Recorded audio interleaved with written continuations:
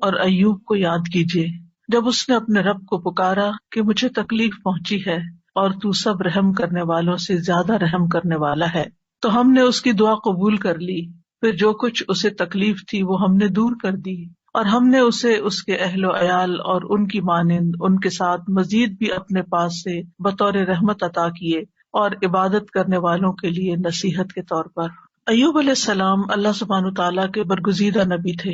اللہ تعالیٰ کی طرف سے ان پر ایسی شدید آزمائش آئی کہ وہ بہت لمبی بیماری میں مبتلا ہو گئے، اور اس کی وجہ سے ان کے اہل و عیال بھی ان سے جدا ہو گئے، یا یہ بھی کہا جاتا ہے کہ وہ فوت ہو گئے، مال مویشی بھی ہلاک ہو گئے۔ لیکن ایوب علیہ السلام نے ہر مصیبت پر صبر کیا، اپنے رب پر بھروسہ کیا، کوئی شکوہ نہیں کیا، کوئی واویلا نہیں کیا، کوئی شکایت نہیں کی۔ جب تکلیف حد سے بڑھ گئی تو انہوں نے اللہ تعالیٰ سے دعا کی، اے میرے رب مجھے بیماری لگ گئی ہے اور تو رحم کرنے والوں میں سب سے زیادہ رحم کرنے والا ہے۔ تو اللہ سبحانہ تعالیٰ نے ان پر اپنی رحمت نازل کی، ان کی دعا قبول فرمائی اور حکم دیا کہ زمین پر اپنا پاؤں مارو۔ انہوں نے پاؤں مارا تو ٹھنڈے پانی کا چشمہ نمودار ہو گیا۔ حکم ہوا کہ اسے پیو اور اس سے غسل کرو۔ وہ مبارک پانی پینے اور اس پانی کے ساتھ غسل کرنے سے ان کی ساری بیماری دور ہو گئی، یعنی پانی ان کے لیے شفا کا باعث بن گیا اللہ کے اذن سے، اور وہ پوری طرح صحت مند ہو گئے۔ اللہ تعالیٰ نے انہیں ان کے گھر والے بھی عطا فرما دیے اور اتنے ہی اور بھی دے دیے۔ وَأَيُّوبَ إِذْ نَادَىٰ رَبَّهُ، اور ایوب کو یاد کیجیے علیہ السلام جب اس نے اپنے رب کو پکارا۔ ندا کا لفظ ہے، نادا، ندا کہتے ہیں بلند آواز سے پکارنے کو، یعنی ایک دعا ہوتی ہے جو ہم چپ کے مانگتے، جیسے زکریا علیہ السلام نے مانگی، اذ نادا ربہ نداء خفیہ، وہاں ندا کا لفظ ہے لیکن نداء خفیہ یعنی ایسی پکار تھی جو کہ چپ کے تھی، لیکن یہاں پر صرف ندا کا لفظ ہے، نادا کا لفظ ہے۔ تو انہوں نے اپنے رب کو پکارا۔ دونوں طرح پکارنا چاہیے، دل ہی دل میں، چپ کے اور بلند آواز سے بھی۔ رب ہر طرح سنتا ہے۔ کیا پکار کے کہا؟ انی مسنی الضر، یا رب مجھے تکلیف پہنچی ہے۔ در سے مراد انسان کی جسمانی بدحالی ہے، بیماری، لاغری، بڑھاپا، یہ سب چیزیں در میں آتی ہیں۔ وَأَنْتَ أَرْحَمُ الرَّاحِمِينَ، اور آپ سب رحم کرنے والوں میں سب سے بڑھ کر رحم کرنے والے ہیں۔ کتنا خوبصورت انداز ہے پکارنے کا، دعا کرنے کا، مختصر الفاظ ہیں، کوئی لمبی چوڑی باتیں نہیں ہیں، چند لفظ ہیں لیکن بڑے ہی جامع لفظ، اور کسی چیز کا مطالبہ بھی نہیں کیا، صرف رحم کی درخواست کی، یعنی اللہ تعالیٰ کی رحم کا ایک طرح سے واسطہ دیا۔ وَأَنْتَ أَرْحَمُ الرَّاحِمِينَ، تو کیا ہوا نتیجہ؟ فَاسْتَجَبْنَا لَهُ، ہم نے اس کی دعا قبول کر لی، اس کی گریہ وزاری قبول کر لی۔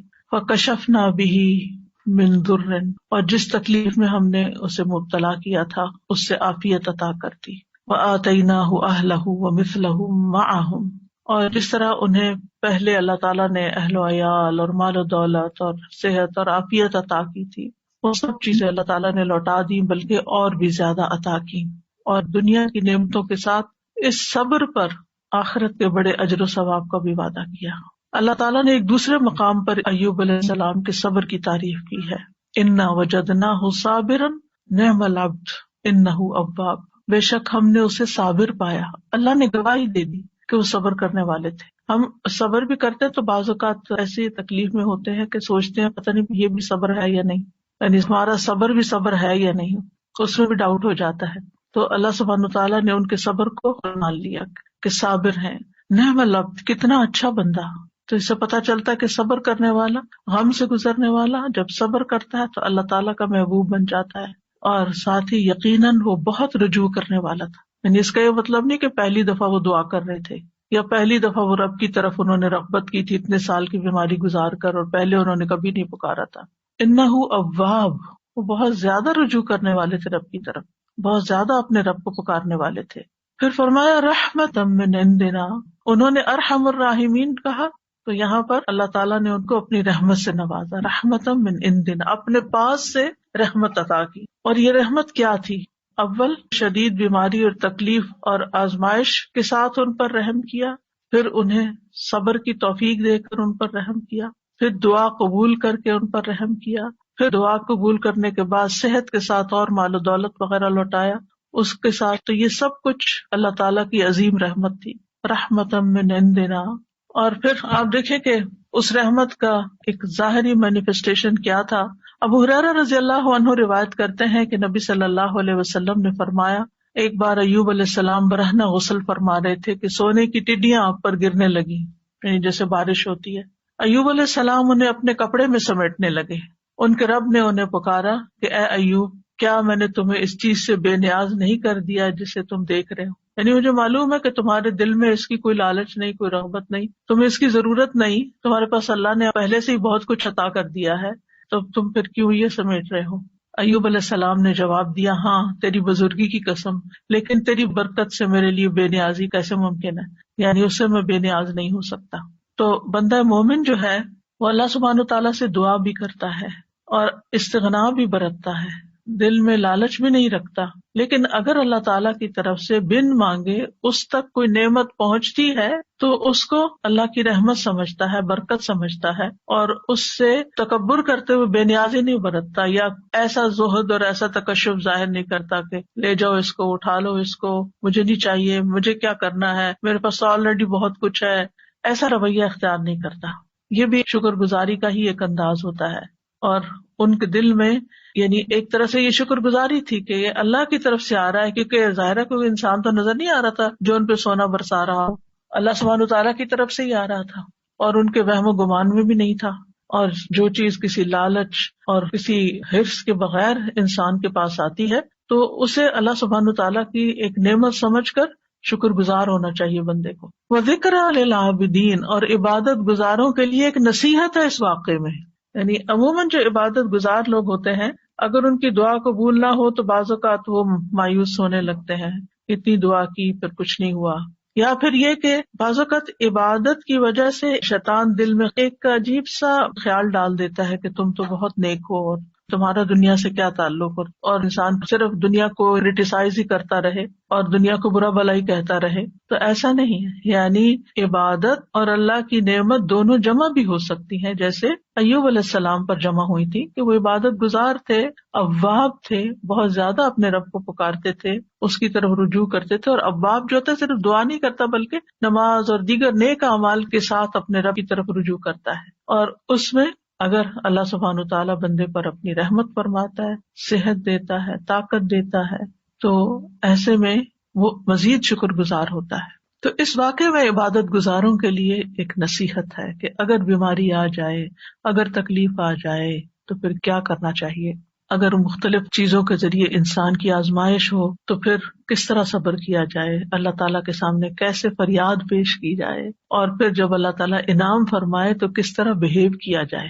کیونکہ بعض لوگ تکلیف میں تو اللہ تعالیٰ کی طرف رغبت کرتے ہیں، لیکن جب تکلیف دور ہو جاتی ہے تو پھر کیا کرتے ہیں، بھول جاتے ہیں، اور پھر وہ اس کو اپنا کارنامہ بتانے لگتے ہیں کہ میں نے ایسا کیا اور ویسا کیا، یہ ایکسرسائز کی اور یہ دوا کھائی اور یہ طریقہ اختیار کیا تو اس وجہ سے مجھے یہ شفا ہوئی ہے، اور اللہ تعالیٰ کو اس میں سے نکال دیتے ہیں. تو بندہ مومن کسی حال میں بھی، چاہے صبر ہو یا شکر ہو، وہ دونوں کیفیات میں رب ہی کے ساتھ جڑا رہتا ہے. ایوب علیہ السلام کا واقعہ حدیث میں تھوڑی تفصیل کے ساتھ بھی آتا ہے. انس بن مالک کہتے ہیں کہ رسول اللہ صلی اللہ علیہ وسلم نے فرمایا، بے شک اللہ کے نبی ایوب علیہ السلام اپنی آزمائش میں 18 برس بیمار رہے، 1-2 دن نہیں، 18 سال.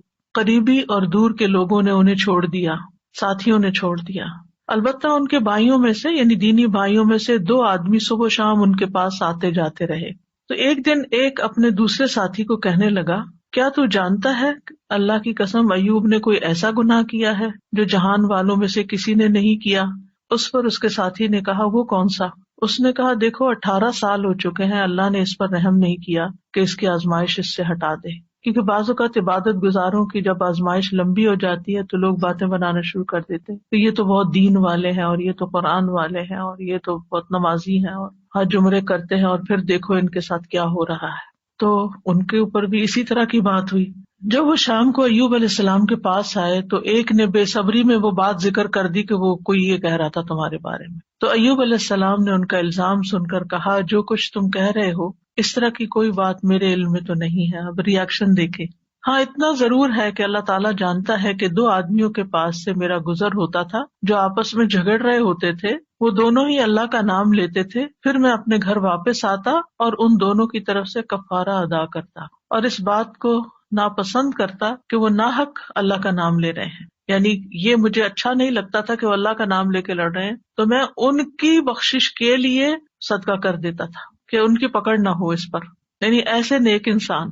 بہرحال ایوب علیہ السلام کی آزمائش اور بیماری ایسی تھی کہ جب وہ قضائے حاجت کے لیے باہر جاتے اور فارغ ہو جاتے تو ان کی بیوی ان کو ہاتھ سے پکڑ کر سہارا دیتی تھی حتیٰ کہ وہ واپس اپنی جگہ پر پہنچ جاتے، یعنی اتنے کمزور اور لاغر ہو گئے تھے۔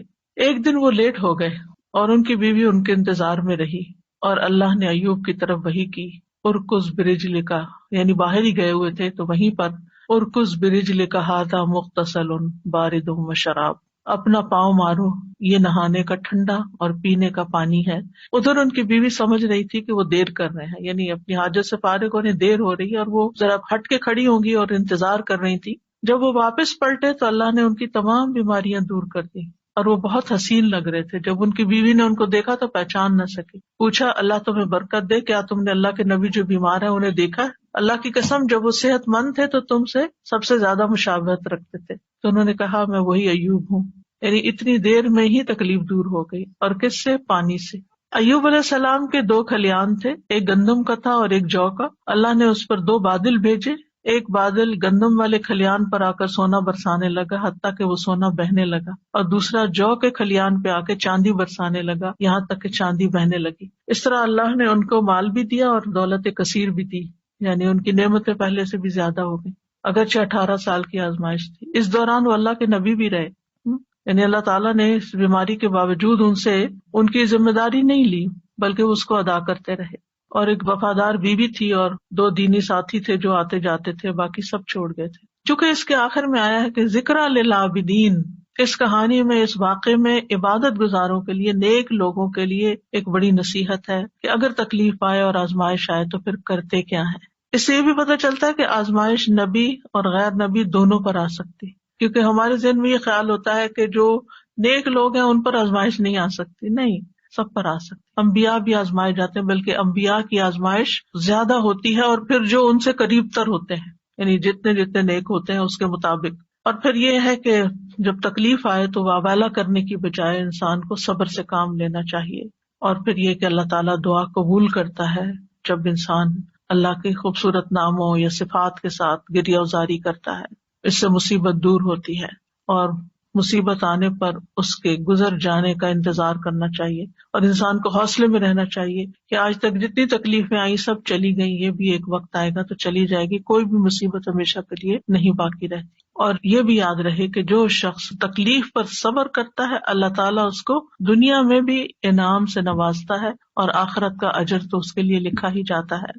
اور ہمیشہ انسان اپنے آپ کو اس تکلیف کے وقت یاد دہانی کراتا رہے کہ فَإِنَّ مَعَ الْعُسْرِ يُسْرًا، إِنَّ مَعَ الْعُسْرِ يُسْرًا، بے شک ہر مشکل کے ساتھ ایک آسانی ہے، بے شک اسی مشکل کے ساتھ ایک اور آسانی ہے۔ رسول اللہ صلی اللہ علیہ وسلم نے فرمایا مدد صبر کے ساتھ ہے اور کشادگی تنگی کے ساتھ ہے، اور بے شک ہر مشکل کے ساتھ ایک آسانی ہے، بے شک اسی مشکل کے ساتھ ایک اور آسانی ہے۔ بس انسان کی نگاہیں ہوں جو اس آسانی کو ڈھونڈنے والی ہوں، صرف انسان تکلیف پر نظر نہ رکھے بلکہ اس کے ساتھ انسان کو جو مزید چیزیں غور و فکر کرنے، سوچنے اور سمجھنے اور اپنے عمل میں تبدیلی لانے کا ایک موقع ملا ہے، اللہ کی طرف سے توفیق ملی ہے، اس کو بھی انسان ضرور ذہن میں رکھے۔ دوسری آیت جو ہے وہ ہے وَإِذَا مَرِضْتُ فَهُوَ يَشْفِينِ، اور جب میں بیمار ہوتا ہوں تو وہی مجھے شفا دیتا ہے، یعنی بیماری میں انسان کو اس چیز کا یقین رکھنا چاہیے کہ شفا صرف اللہ کے ہاتھ میں، اور وہ شفا دے تو پانی کے ساتھ بھی دے دیتا ہے۔ یہ دعا اور یہ قول ابراہیم علیہ السلام کا ہے جو قرآن مجید میں آیا ہے۔ سورۃ الشعراء کی آیت نمبر 80 ہے کہ ابراہیم علیہ السلام نے اپنے والد اور اپنی قوم کے سامنے توحید کی دعوت پیش کی تھی، اور اللہ تعالیٰ کا تعارف کروایا تھا انہی الفاظ میں کہ الذی خلقنی فہو یہدینی والذی هو یطعمنی ویسقینی واذا مرضت فہو یشفینی، اسی نے مجھے پیدا کیا ہے، وہی مجھے راہ دکھائے گا، وہی مجھے کھلاتا ہے، وہی مجھے پلاتا ہے، جب میں بیمار ہو جاتا ہوں تو وہی مجھے شفا دیتا ہے۔ یعنی شفا صرف اور صرف اللہ کے ہاتھ میں ہے، وہی شفا دیتا ہے۔ انسان کو اچھی طرح یقین ہونا چاہیے، اس لیے جب بیماری آئے، جب تکلیف آئے تو پہلا دھیان اللہ کی طرف جائے، پہلا خیال اللہ کی طرف جائے، ڈاکٹر کی طرف نہیں، دوا کی طرف نہیں، لوگوں کی طرف نہیں. اور اس پر اپنے آپ کو ٹیسٹ کیا کریں.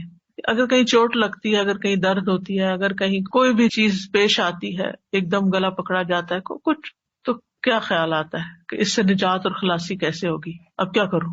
کیونکہ انسان فوراً اس کا توڑ سوچتا ہے نا کہ یہ مشکل آ گئی، اب اس کا توڑ کیا ہو، اب میں کیا کروں. تو سب سے پہلے اللہ سے دعائیں. اللہ تعالیٰ کا نام بھی شافی ہے، یہاں شافی کہہ کے پکار سکتے ہیں، اللہ شفا تیرے ہاتھ میں، یا رب تو مجھے شفا دے. جو اپنی زبان میں، عربی میں، اردو میں، انگلش میں، جس میں بھی پہلے اللہ کو پکارے. اللہ تو اس کی صحت کے اسباب پیدا کرتے ہیں، تو یہ آسانی پیدا کر دے. حضرت عائشہ کہتی ہیں کہ رسول اللہ صلی اللہ علیہ وسلم دم کرتے ہوئے یہ دعا پڑھا کرتے تھے، امسح البأس رب الناس بیدک الشفاء لا یکشف الکرب الا انت. اے لوگوں کے رب، تکلیف کو دور کر دے، شفا تو تیرے ہی ہاتھ میں ہے، تیرے سوا اس کو دور کرنے والا اور کوئی نہیں. کیونکہ تکلیف ہمارے عقیدہ توحید کو بھی آزماتی ہے، اس کی بھی آزمائش کے لیے آتی. تو جب انسان کہتا ہے کہ صرف اللہ ہی کر سکتا ہے اور وہی سبب پیدا کرے گا اور باقی سب اسباب ہے، دوا ہو یا دعا ہو یا پھر کوئی ڈاکٹر کی یا کسی انسان کی مدد ہو، یہ سب وسائل ہیں، یہ اسباب ہیں، یہ وسائل ہیں، جبکہ اس کو دور کرنے کی طاقت صرف اللہ میں ہے، کرتا وہی ہے. تو آپ دیکھیے کہ ابراہیم علیہ السلام کا یہ ادب ہے، اور وہ کہتے ہیں کہ بیماری اور شفا دونوں اللہ ہی کی طرف سے ہے، لیکن بیمار ہونے کی نسبت انہوں نے اپنی طرف کی ہے کہ جب میں بیمار ہوتا ہوں، میں بیمار کرتا تو اللہ، لیکن جب میں بیمار ہوتا ہوں فہو یشفینی، تو وہ مجھے شفا دیتا ہے. یعنی اگرچہ خیر اور شر دونوں کا خالق اللہ ہے، لیکن شر کی نسبت اپنی طرف کی ہے اور خیر کی نسبت اللہ تعالیٰ کی طرف کی ہے. کہا جاتا ہے نا کہ تندرستی 1000 نعمت ہے. واقعی تندرستی اور صحت اللہ تعالیٰ کی بہت بڑی نعمت ہے. نبی صلی اللہ علیہ وسلم نے فرمایا 2 نعمتیں ایسی ہیں جن کے بارے میں اکثر لوگ خسارے میں ڈالے گئے ہیں، تندرستی اور فراغت، فرصت. یعنی آپ کے پاس وقت ہوتا ہے، آپ بہت زیادہ کاموں میں دبے ہوئے نہیں ہیں، ڈوبے ہوئے نہیں ہیں، لیکن لوگ اس وقت سے فائدہ نہیں اٹھاتے، صحت سے فائدہ نہیں اٹھاتے، اور اسی طرح فراغت سے صحیح فائدہ نہیں اٹھاتے، حتیٰ کہ بیماری اور بڑھاپے کے منہ میں جا پڑتے ہیں جب وہ پھر کچھ کرنے کے قابل نہیں رہتے. اور ہمیں یہ بھی حکم دیا گیا ہے کہ ہم صحت کی حفاظت کریں، اپنے جسم پر ناروا بوجھ نہ ڈالیں. عبداللہ ابن عمرو ابن العاص کہتے ہیں نبی صلی اللہ علیہ وسلم کو میرے بارے میں یہ بات پہنچی کہ میں مسلسل روزے رکھتا ہوں اور رات بھر نماز پڑھتا ہوں، دن کو روزہ رات کو نماز، نہ کھانا نہ نیند، یعنی بہت کم دونوں چیزیں. تو آپ نے میری طرف پیغام بھیجا کہ ملاقات کے لیے حاضر ہوں، تو میں نے آپ سے ملاقات کی. آپ نے فرمایا کیا مجھے یہ خبر نہیں دی گئی کہ تم روزے رکھتے ہو اور افطار نہیں کرتے اور رات بھر نماز پڑھتے رہتے ہو؟ یعنی مجھے یہ معلوم ہے، یہ نہیں بتایا کس نے بتایا کیا، یعنی مجھے یہ اطلاع پہنچی ہے، کنفرم کرو یہ ایسے ہی ہے. تو جب انہوں نے کہا کہ ہاں، تو آپ نے فرمایا تم اس طرح نہ کرو، کیونکہ تمہاری آنکھوں کا بھی تم پر حق ہے، تمہارے نفس کا بھی تم پر حق ہے، تمہاری بیوی کا بھی تم پر حق ہے. تم روزہ بھی رکھو اور افطار بھی کرو، نماز بھی پڑھو اور سویا بھی کرو، اور ہر 10 دنوں میں 1 دن کا روزہ رکھ لو، یہ تمہارے لیے 9 روزوں کا اجر بن جائے گا. اور ایک اور روایت میں آتا ہے، صحیح بخاری کی روایت ہے، آپ نے فرمایا اگر تم ایسا کرتے رہے، یعنی ہر وقت روزے سے رہے اور ہر وقت جاگتے رہے، تو تمہاری بینائی کمزور ہو جائے گی اور تمہارا نفس تھک جائے گا. یعنی عبادت میں بھی اعتدال کرو، اس طرح کا بوجھ اپنے اوپر نہ ڈالو کہ تم بیمار پڑ جاؤ.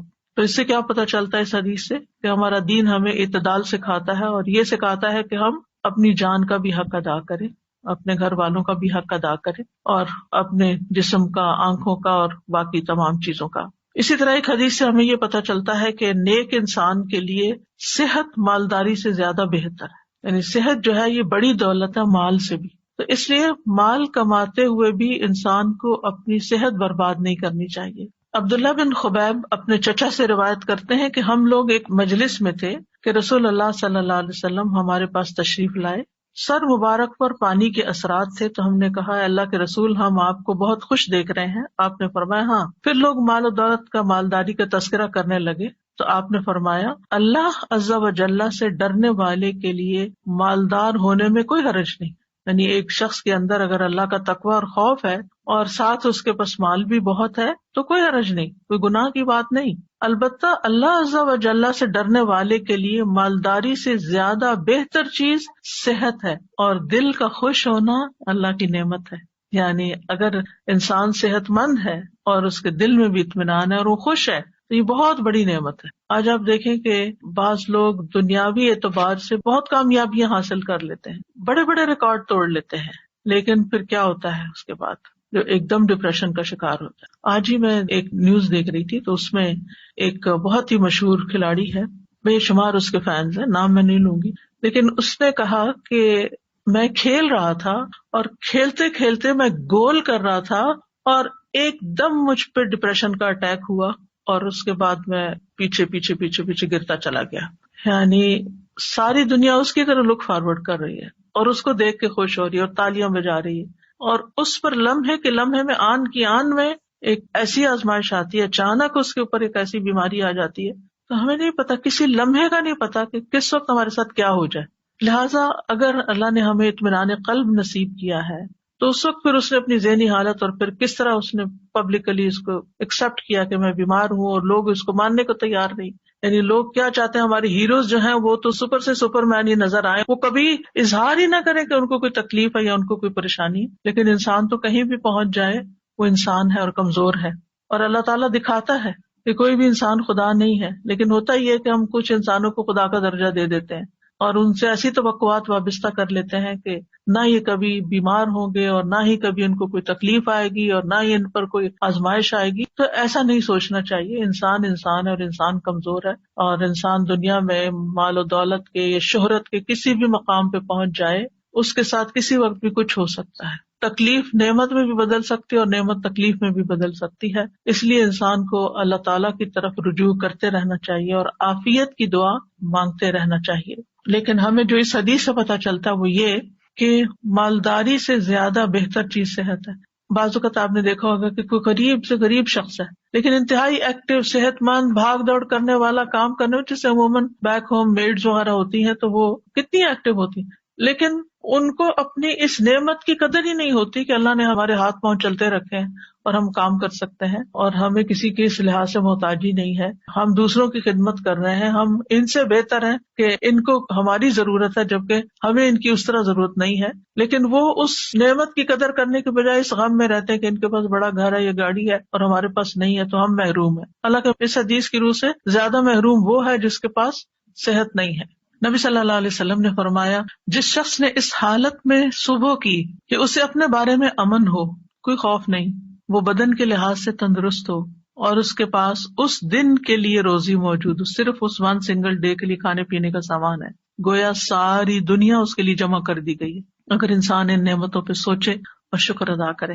رسول اللہ صلی اللہ علیہ وسلم نے فرمایا، اللہ سے عافیت کا سوال کیا کرو کیونکہ کسی انسان کو عافیت سے بڑھ کر کوئی چیز نہیں دی گئی۔ معاذ بن رفاع اپنے والد سے روایت کرتے ہیں کہ ابو بکر صدیق رضی اللہ تعالی عنہ ممبر پر کھڑے ہوئے پھر رو دیے، فرمایا گزشتہ سال رسول اللہ صلی اللہ علیہ وسلم ممبر پر کھڑے ہوئے، یہ کہہ کر ابو بکر پھر رو پڑے اور فرمایا اللہ سے معافی اور عافیت کا سوال کرو کیونکہ یقین کے بعد عافیت سے بڑھ کر کوئی نعمت کسی کو نہیں دی گئی۔ اسی طرح نبی صلی اللہ علیہ وسلم نے ایک شخص کو نصیحت کرتے ہوئے فرمایا کہ 5 چیزوں کو 5 چیزوں سے قبل غنیمت سمجھو، جوانی کو بڑھاپے سے پہلے، صحت کو بیماری سے پہلے، مالداری کو فقیری سے پہلے، فراغت کو اپنی مصروفیت سے پہلے، زندگی کو موت سے پہلے۔ اسی طرح آپ نے ایک موقع پر ابن عمر سے فرمایا، جب تم صبح کرو تو اپنے دل میں شام ہونے کا نہ سوچو، شام کا انتظار نہیں کرو، شام ہو تو صبح ہونے کا نہ سوچو، یعنی جو وقت ہے اس میں جیو، اس کی قدر کرو، اس وقت سے فائدہ اٹھاؤ، اس میں اچھا کام کر لو، یہ نہ سوچو اچھا صبح ہوگی تو پھر کر لیں گے، اگر اس وقت ہے تو پھر اس وقت وہ کام کر لو، کیونکہ عبداللہ تم نہیں جانتے کل تمہارا نام کیا ہوگا، یعنی مردوں میں ہوگے یا زندوں میں ہوگے۔ اور یہ بہت بڑی نصیحت ہے، آج کے لوگ بہت سے تجربے کرنے کے بعد اس نتیجے پہ پہنچے ہیں، اور اب یہ بات بہت ان ہو گئی ہے کہ لیو ان مومنٹ، ناؤ کی اہمیت، اور اس پہ کتابیں باقاعدہ لکھی گئی ہیں کہ اس مومنٹ میں جیو جس میں جی رہے ہو اور اس کو انجوائے کرو، لیکن بہت سے لوگ جو وقت اس وقت ہے اس کی قدر نہیں کرتے، یا ماضی کے بارے میں سوچتے رہتے ہیں کہ یہ کیوں ہو گیا وہ کیا، یا مستقبل ہائی کیا ہوگا، کس نے جانا۔ بعض لوگ پریشان رہتے ہیں ہمارے بڑھاپے کا کیا ہوگا، ہمیں کیا پتا کہ ہم بڑھاپے تک زندہ بھی ہیں یا نہیں ہیں۔ تو جو اللہ نے دیا ہے اس سے خوب فائدہ اٹھا لینا چاہیے، اس کا شکر ادا کرنا چاہیے۔ پھر اسی طرح یہ ہے کہ انسان کو نہ صرف یہ کہ اپنی صحت بلکہ اپنے ماحول کی صحت کا بھی خیال رکھنا چاہیے اور اس کے لیے بھی دعا کرنی چاہیے، جیسے نبی صلی اللہ علیہ وسلم نے مدینہ والوں کے لیے دعا کی تھی، اے اللہ ہمارے دلوں میں مدینہ کی محبت اسی طرح پیدا کر دے جس طرح مکہ کی محبت، بلکہ اس سے بھی زیادہ۔ اے اللہ ہمارے سا اور مد میں برکت عطا فرما، اور مدینہ کی آب و ہوا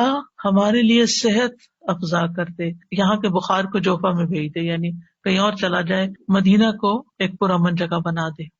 تو انسان کو اپنے بدن میں بھی عافیت کی دعا کرنی چاہیے، اپنے گھر میں بھی، اپنے شہر میں، اپنے ملک میں، کہ جہاں ہم رہتے ہیں امن امان کے ساتھ رہ سکیں، کیونکہ انسان امن کے ساتھ ہی بہت پروڈکٹیو ہو سکتا ہے۔ جب انسان کے اوپر ایک خوف سوار ہوتا ہے، اس کے حالات پریشانی کا شکار ہوتے ہیں، تو اس کو یہ نہیں سمجھ آتی کہ مجھے کیا کرنا چاہیے، یعنی بعض اوقات دل جمتا ہی نہیں پھر کسی کام کے کرنے کے لیے۔ پھر اس بات کو یاد رکھنا چاہیے کہ بیماری کا آنا اللہ کی طرف سے ایک امتحان ہوتا ہے، اللہ تعالیٰ کسی وقت کسی کو بھی آزما سکتا ہے۔ وَلَنَبْلُوَنَّكُمْ بِشَيْءٍ مِّنَ الْخَوْفِ وَالْجُوعِ وَنَقْصٍ مِّنَ الْأَمْوَالِ وَالْأَنفُسِ وَالثَّمَرَاتِ وَبَشِّرِ الصَّابِرِينَ۔ ہم ضرور تمہیں خوف، فاقے، نیز جان و مال اور پھلوں کے خسارے میں مبتلا کر کے تمہاری آزمائش کریں گے۔ تو اس میں جان جو ہے اس کی آزمائش میں صحت کی آزمائش بھی شامل ہے، یعنی جان جانے کے علاوہ دنیا میں رہتے ہوئے انسان بیمار رہے۔ پھر یاد رکھیے کہ تکلیف اور بیماری انبیاء کو بھی آ سکتی ہے، جیسے ہم نے ایوب علیہ السلام کے بارے میں پڑھا کہ 18 سال بیمار رہے، اور اسی طرح رسول اللہ صلی اللہ علیہ وسلم کو بھی کئی دفعہ بخار آیا۔ ابو سعید کہتے ہیں کہ وہ رسول اللہ صلی اللہ علیہ وسلم کے پاس آئے، آپ بخار میں مبتلا تھے، آپ پر چادر تھی، انہوں نے اپنا ہاتھ چادر پہ رکھا، کہا کہ اللہ کے رسول آپ کا بخار بہت سخت ہے۔ آپ نے فرمایا بے شک ہمارا حال اسی طرح ہوتا ہے، ہم پر آزمائش سخت ہوتی ہے اور ہمیں اجر بھی دگنا دیا جاتا ہے۔ یعنی ایک عام بندہ جس چیز سے آزمایا جاتا ہے، ایک دین والا اور پھر خاص طور پہ نبی، اس سے بڑی آزمائش میں مبتلا کیا جاتا ہے، کیونکہ جس کا درجہ جتنا بلند ہوتا ہے اس کی آزمائش بھی اتنی بڑی ہوتی ہے۔ انہوں نے پوچھا اللہ کے رسول صلی اللہ علیہ وسلم، لوگوں میں آزمائش کے لحاظ سے سخت کون ہوتا ہے؟ آپ نے فرمایا انبیاء۔ کہا پھر کون؟ فرمایا علماء۔ کہا پھر کون؟ فرمایا نیک لوگ۔ یعنی جیسے جیسے آپ کے درجے ہوں گے اسی حساب سے آزمائش ہوگی۔ اس لیے اگر کسی کے اوپر کوئی تکلیف بڑی آ جاتی ہے تو وہ تب بھی اللہ سے اچھا گمان رکھے کہ اگر اللہ نے مجھے دوسروں کے مقابلے میں زیادہ آزما لیا تو اس کا مطلب یہ ہے کہ اللہ تعالیٰ کی مجھ پہ نظر کرم ہے۔ اور فرمایا کہ ان میں سے کسی کو جوؤں سے آزمایا جاتا، یہاں تک کہ وہ اسے قتل کر دیتے، یعنی اتنی جوئیں پڑتی اور وہ صاف ہوتی ہی نہیں، نکالتے ہوں گے پھر اور پڑ جاتی، پھر اور پڑ جاتی، خون ہی چوس جاتی ہوں گی۔ اور ان میں سے کسی کو فقر کے ساتھ آزمایا جاتا، یہاں تک کہ وہ چھوٹی سی قمیص کے سوا کچھ نہ پاتا، چنانچہ وہ اسے ہی پہن لیتا۔ اور ان میں سے کچھ آزمائش پر بہت خوش ہوتے ہیں بنسبت اس شخص کے جو کچھ دیے جانے پہ خوش ہوتے ہیں۔ یعنی اللہ کے نیک بندوں کی ایک پہچان یہ بھی ہے کہ جب ان پر کوئی تکلیف آتی ہے تو پریشان ہونے کی بجائے وہ اللہ سے راضی ہو جاتے ہیں کہ اللہ نے مجھے اس کے لیے چنا، مجھے اس قابل سمجھا، تو اس لیے مجھ پر یہ امتحان ڈالا۔ یعنی عافیت تو مانگنی چاہیے، لیکن مانگنے کے باوجود اگر اللہ تعالیٰ آزما لیتا تو ناراضگی کی کوئی گنجائش نہیں۔ مثلاً ایک انسان نیک کام کر رہا ہوتا ہے لیکن ابھی اس کا وہ درجہ نہیں اونچا گیا، وہ گراف ابھی نیچے ہی ہے، کہ یکایک ایسی مصیبت آتی ہے کہ جس پہ صبر کی وجہ سے وہ اعلیٰ ترین درجے پہ پہنچ جاتا ہے، اور اگر وہ صبر نہیں کرتا تو پہلے سے بھی نیچے آ جاتا ہے۔ انبیاء کو 2 آدمیوں کے برابر بخار ہوتا ہے۔ پھر آپ دیکھیے کہ مسلمان کو جب کوئی کانٹا بھی چبھتا ہے تو پھر اس کے ذریعے اللہ تعالیٰ اس کے گناہوں کو ایسے دور کرتا ہے جیسے سوکھے درخت سے پتے جھڑ کے اس کو صاف کر دیتے ہیں۔ مریض کے لیے خوشخبریاں بھی ہیں۔ اب اپنی کوئی نہ کوئی بیماری تکلیف یاد کر لی، کیونکہ آج کل تو ہر شخص کسی نہ کسی بیماری میں کہیں نہ کہیں مبتلا رہتا ہی ہے، اور وہ بہت بودر بھی کرتی ہے بعض اوقات کہ کب میری جان چھوٹے گی اس سے، اور یہ کیوں ہے، اور مجھے اتنی دوا کھانی پڑتی ہے، اور باقی لوگ بغیر دواؤں کے بھاگے دوڑے پھرتے ہیں۔ تو انسان بلا وجہ اپنے اوپر ایک شیطانی وسوسوں کی وجہ سے بوجھ محسوس کرنے لگتا ہے، لیکن یاد رکھیے کہ اللہ تعالیٰ جس کے ساتھ بھلائی کا ارادہ کرتا ہے اس کو مصیبت میں مبتلا کر دیتا ہے۔ یہ صحیح بخاری کی روایت ہے، من یرد اللہ بہ خیرا یصب منہ، کیونکہ اس تکلیف اور اس آزمائش اور اس سپن کے اندر سے گزر کے بندہ نکھر جاتا ہے یا پھر پلٹ جاتا ہے۔ تو یہ جو نکھار ہے نا، اور یہ چمکاؤ جو ہے انسان کے دل کے اندر اور انسان کی پرسنالٹی میں، یہ مشکل سے گزر کر ہی آتا ہے۔ ام سلمہ کہتی ہیں کہ میں نے رسول اللہ صلی اللہ علیہ وسلم کو فرماتے ہوئے سنا، جب اللہ بندے کو کسی مصیبت کے ساتھ آزماتا ہے اور وہ اپنی حالت اور کیفیت کی بنا پر اسے ناپسند کرتا ہے تو اللہ تعالیٰ اس تکلیف کو اس کے گناہوں کا کفارہ اور اسے پاک کرنے کا سبب بنا دیتا ہے، جب تک کہ وہ لاحق ہونے والی تکلیف کو اللہ کے علاوہ کسی اور در پر پیش نہیں کرتا۔ یعنی اسے دور کرنے کے لیے غیر اللہ کو نہیں پکارتا، اللہ ہی کو پکارتا، اللہ ہی سے دعائیں مانگتا ہے. تو مومن کو تو ایک کانٹا بھی چپ جائے تو اس پر بھی اللہ سبحانہ و تعالیٰ اس کا گناہ معاف کر دیتا ہے. ابو سعید کہتے ہیں کہ آدمی نے رسول اللہ صلی اللہ علیہ وسلم سے پوچھا کہ ہمیں جو بیماریاں لگتی ہیں یہ بتائیے کہ ان پر ہمارے لیے کیا ہے. آپ نے فرمایا یہ بیماریاں گناہوں کا کفارہ بن جاتی ہیں. ابی ابن کعب نے عرض کیا اگرچہ بیماری چھوٹی ہو؟ آپ نے فرمایا اگرچہ ایک کانٹا ہی چپ جائے یا اس سے بھی کم. بعض اوقات آپ نے دیکھا ہوگا کہ آپ گارڈننگ کر رہے ہوتے ہیں یا پھول توڑنے لگتے ہیں، کوئی سبزی توڑنے لگتے ہیں، تو آپ کے ہاتھ میں ایک چھوٹا سا نظر نہ آنے والا چھوٹا سا کانٹا چپ جاتا ہے.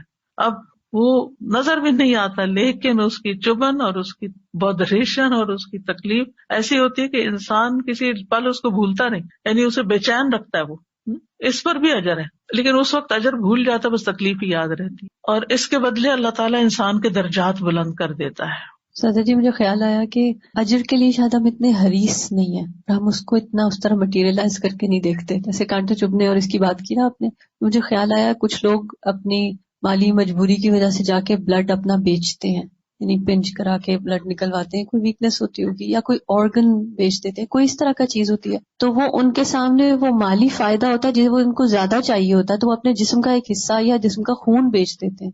لیکن انسان کے اوپر اچانک سے کوئی آزمائش آ جاتی ہے تو اس وقت وہ چیز نظر نہیں آ رہی ہوتی نا کہ اس کے بدلے اجر ملنے والا کیا ہے. جیسے پڑھا بھی ہے، حدیث میں بھی ہے، یقین بھی ہے، لیکن شاید ہماری وہ لیول آف ہرس نہیں ہے کہ ہم پھر اس پہ اس وقت صبر کر جائیں. اصل میں جب آخرت کو سامنے رکھ کے انسان جیتا ہے نا تو چیزیں اور طرح نظر آتی ہیں. پھر ہر چیز کے بارے میں انسان مختلف طریقے سے سوچتا ہے، نگاہ ہی بدل جاتی ہے. وہ آزمائشوں کو مختلف طرح دیکھتا ہے، وہ نعمتوں کو مختلف طرح دیکھتا ہے، وہ مال کو کسی اور طرح دیکھتا ہے، وہ زندگی کے منصوبے کسی اور طرح بناتا ہے، اس کی پلاننگ کچھ اور ہوتی ہے، پورا پرسپیکٹو چینج ہو جاتا ہے. سادہ جی ہم نے اکثر دیکھا ہے جب ہم مریض کے پاس ہوتے ہیں اور ہم کس قسم کی باتیں کر رہے ہوتے ہیں. کئی لوگوں کو تو مریض کی عیادت کے آداب بھی نہیں آتے اور الٹا ان کو وہ ڈی موٹیویٹ کر کے اٹھتے ہیں کئی مرتبہ. تو یہ اس قسم کی باتیں جو ہیں اگر ہم کہیں لکھ لیں اور کہیں لے جائیں. میں بلکہ کتاب نکال کے رکھی جی. تھی کہ میں ساتھ لے کر آؤں گی، کیونکہ یہ جو میں آپ کو بتا رہی ہوں اس کا بہت سا مٹیریل اس کے اندر موجود ہے. یعنی یہ کتاب جو ہے اس میں اسی طرح ریسرچ کر کے یہ ساری احادیث اور پھر دعائیں وغیرہ جمع کی گئی تھی کہ جب بھی کوئی بیمار ہو تو اس کو تحفہ دے دیا جائے، وہ بیٹھ کے پڑھتا رہے اور کم از کم اس کی پریشانی دور ہو. مجھے جب کسی کا پتہ چلتا ہے تو میں اس کو ریکمینڈ کرتی ہوں کہ یہ کم از کم پہلے 2-3 صفحے جو ہے نا وہ تو ضرور پڑھ لو، کیونکہ اس میں یہ خوشخبریاں اور یہ ساری چیزیں کہ بیماری کیوں آتی ہے اور کیا کرنا چاہیے. کیونکہ اگر انسان کو یہ بات سمجھ آ جائے نا کہ میں نے اس میں اب آ تو گئی آنے والی چیز، وہ تو نہیں ٹال سکتا، اب تو وہ اپنے وقت کے ساتھ ہی جائے گی، تو کم از کم ایک حوصلہ بلند ہو جاتا ہے، اس کا morale بلند ہو جاتا ہے، اس کی سوچ بدل جاتی ہے، وہ اتنا مزریبل نہیں ہوتا، وہ اتنا سیلف پٹی کا شکار نہیں ہوتا، صبر کرنا آ جاتا ہے جو کہ اس وقت کی ضرورت ہوتی ہے. پھر وزٹنگ دا سک، اس میں اگر آپ جا رہے ہیں تو آپ بیمار کے اوپر کیا پڑھ کے دم کریں. اس کے بڑے بڑے حرف بھی ہیں، ٹرانسلیٹریشن بھی ہے اور ٹرانسلیشن بھی ہے، اور خوبصورت پھول بھی ہے کہ جب کہیں رکھے ہوئے وہ تو دیکھ دیکھ کے خوش ہوتے رہے. تو اس سے حوصلہ ہوتا ہے، تسلی ہوتی ہے. یعنی بیماری کا تعلق بھی بہت زیادہ سوچ کے ساتھ ہوتا ہے. کسی بھی مشکل کے وقت اگر آپ کی سوچ پازیٹیو ہے نا تو آپ کے لیے وہ تکلیف ہلکی ہو جائے گی. وہ اچانک اٹیک تو ہوتا ہے، آپ ہرٹ ہوتے ہیں، لیکن پھر آپ اس سے فوراً نکل آتے ہیں. تو مریض کے احکام یہ ہر بندے کے پاس ہونی چاہیے. بیمار ہوں تو فوراً ہی نکالیں. اور پھر اس میں کچھ فقہی چیزیں بھی ہیں، یعنی کہ وضو کیسے کریں، تیمم کیسے کب کریں، اور طریقہ تیمم کا، اور نماز کی رخصت کھڑے ہو کے نہیں تو بیٹھ کے کیسے پڑھیں، لیٹ کے کیسے پڑھیں، اور پھر اس روزے کے بارے میں، پھر اگر حج میں کچھ چیزیں ہو جائیں ایسی تو پھر کیا کریں، اور پھر وینٹیلیٹر کے اوپر یا خودکشی والے کے ساتھ کیا کریں، پھر کچھ مسنون چیزیں جو ہیں، اور پھر آخر میں اس میں بھی دعائیں ہیں. یہ دعائیں جو اس میں ہیں اس کے اندر بھی آخر میں ڈالی ہوئی ہیں، کیونکہ بعض اوقات انسان کو اپنے پہ دم خود کرنا ہوتا ہے یا کسی اور پہ کرنا ہے، یا پھر عافیت کی دعائیں ہیں تو وہ ساری اکٹھی کر دی گئی. اس کے علاوہ یہ حسن صحت کتاب جو ہے، بیسیکلی جو میرا جینا میرا مرنا ہے، اس کتاب کا جو پہلا چیپٹر تھا حسن صحت کے بارے میں، اس کو جب میں نے پڑھایا تو تھوڑا الیبوریٹ کیا تھا اور نئی چیزیں اس میں ڈالی تھی. تو الحمدللہ اس میں بھی بہت سی ایسی چیزیں. تو یہ کتابیں ہر گھر میں ہونی چاہیے تاکہ اللہ نہ کرے کہ کوئی تکلیف میں ہو یا بیمار ہو تو اس وقت انسان ان کو پڑھ لے. میں نے تو اپنے دائیں ہاتھ کے پاس رکھی ہوئی ہے تاکہ وقتاً فوقتاً پڑھ کے اپنی سوچوں کا علاج بندہ کرتا رہے، اپنا مورال بہتر کرتا رہے، کیونکہ بیماری تو بیماری ہوتی ہے لیکن اس کے اندر جو پریشانی اور جو نیگیٹو تھنکنگ اور شیطان کے وساوس وہ انسان کو زیادہ بیمار کر دیتے ہیں. اور جب انسان کو یہ ہوتا ہے کہ بیماری اللہ کی رضا کا سبب بھی بن جاتی ہے تو انسان کے لیے حوصلہ ہو جاتا ہے. وہ کیلنڈر بھی اسی مقصد کے لیے بنایا تھا کہ ڈاکٹرز کی ٹیبل پر ہو وہ، کیونکہ ہوتا یہ ہے کہ جب ڈاکٹر کی ٹیبل پہ کوئی چیز بھی رکھی ہوتی ہے نا تو مریض جب بیٹھا ہوتا ہے تو ادھر ادھر کچھ نہ کچھ پڑھتا رہتا ہے، تو اس دن کا ڈیٹ بھی ہو اور پھر ساتھ وہ حدیث بھی پڑھ لیں. میں نے رکھا ہوا مین روم، اس کو بدلتی رہتی ہوں، آتے جاتے پڑھتے رہتے ہیں. بالکل.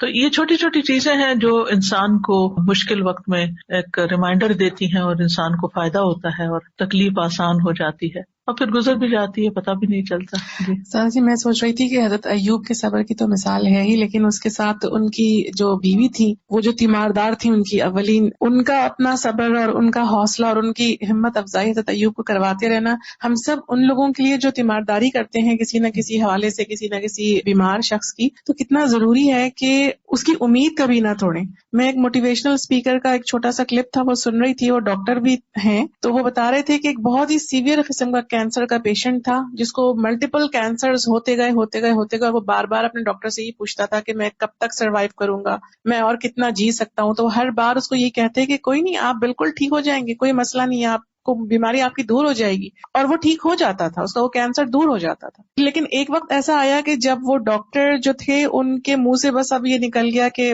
بس اب آپ دعا کیجیے، اب ہم کچھ نہیں کر سکتے. یعنی اس کی امید ختم ہو گئی، اور وہ اس کی امید کا ختم ہونا تھا کہ وہ خود بھی ختم ہو گیا پھر. تو واقعی یہ امید اور حوصلہ دلاتے رہنا بہت بڑی چیز ہوتی ہے. اور پھر یہ کہ مریض کے جو لواحقین ہوتے ہیں ان کو بھی حوصلہ دلانا. مجھے یاد ہے کہ میری والدہ ہاسپٹل میں ڈیتھ بیڈ پہ تھی اور ان کے ٹیسٹ بھی ہو رہے تھے، تو ایک ینگ ڈاکٹر مجھے یاد ہے کہ وہ آیا اور اس نے ساری ریڈنگز دیکھی اور ہم لوگ بیٹھے ہوئے تھے، تو وہ کہتا ہے یہ بھی ٹھیک ہے، ان کا یہ بھی ٹھیک ہے، یہ بھی ٹھیک ہے، یہ بھی ٹھیک ہے، آپ بالکل فکر نہیں کریں. حالانکہ مجھے نظر آ رہا تھا کہ وہ سروائیو نہیں کر رہی، لیکن مجھے بہت اچھا لگا کہ ایسے موقع پر بھی حوصلہ دلانا، کیونکہ پریشانی تو انسان کو ہوتی ہے لیکن دل خوش ہو جاتا ہے نا تھوڑی دیر کے لیے. اچھا ساری ریڈنگز ٹھیک آ رہی ہیں تو بس ٹھیک ہے. بالکل اسی طرح سے میں اپنے والد صاحب کا ایک شیئر کرنا چاہوں گی کہ جب انہیں ڈائگنوز ہوا تھا کہ انہیں کینسر ہے، اور وہ ماشاءاللہ کافی ایجڈ بھی تھے، لیکن ان کی تھرو آؤٹ دا لائف ان کی صحت ماشاءاللہ قابل رشک کی رہی. اس ٹائم پہ وہ واک کیا کرتے تھے جب پاکستان میں کسی کا کوئی کانسیپٹ بھی نہیں تھا کہ واک کرتے ہیں. تو ڈاکٹرز کے بعد جب گئے تو ڈاکٹرز نے کہا، ینگ ڈاکٹرز تھے، اور انہوں نے کہا کہ ہمیں آپ سے موٹیویشن ملتی ہے کہ آپ ریڈی ہیں کیمو کروانے کے لیے بھی. حالانکہ ان کی جو ایج تھی وہ ریکمینڈ نہیں کرتے تھے. تو میرے ابا جی کہتے تھے کہ نہیں الحمدللہ میں کر سکتا ہوں. اور مجھے ایک دفعہ جب ان کا فون کال یہاں پر آیا، کیونکہ جب میں انہیں کال کرتی تھی تو شاید وہ نہیں مجھے مل رہے تھے، اور جب وہ مجھے کال کرتے تھے تو میں نہیں مل رہی تھی، تو میرے پاس ان کا ریکارڈنگ میں آیا کہ بیٹے، پنجابی میں انہوں نے مجھے کہا کہ میں تمہارا ابو سرور احمد بات کر رہا ہوں، اور تم میرے لیے پریشان نہ ہونا، میں اللہ کی رضا پہ راضی ہوں، اور میں ساری زندگی بہت اچھی گزری الحمدللہ، اور مجھے کوئی شکوہ کسی سے نہیں، تو میں فیس کروں گا اس کو. اور وہ اس سے کافی بہتر بھی ہو گئے الحمدللہ. لیکن ایک وقت تھا کہ پھر جانا ہی تھا جو ہمیں نظر آ رہا تھا کہ اب یہ نہیں رہیں گے.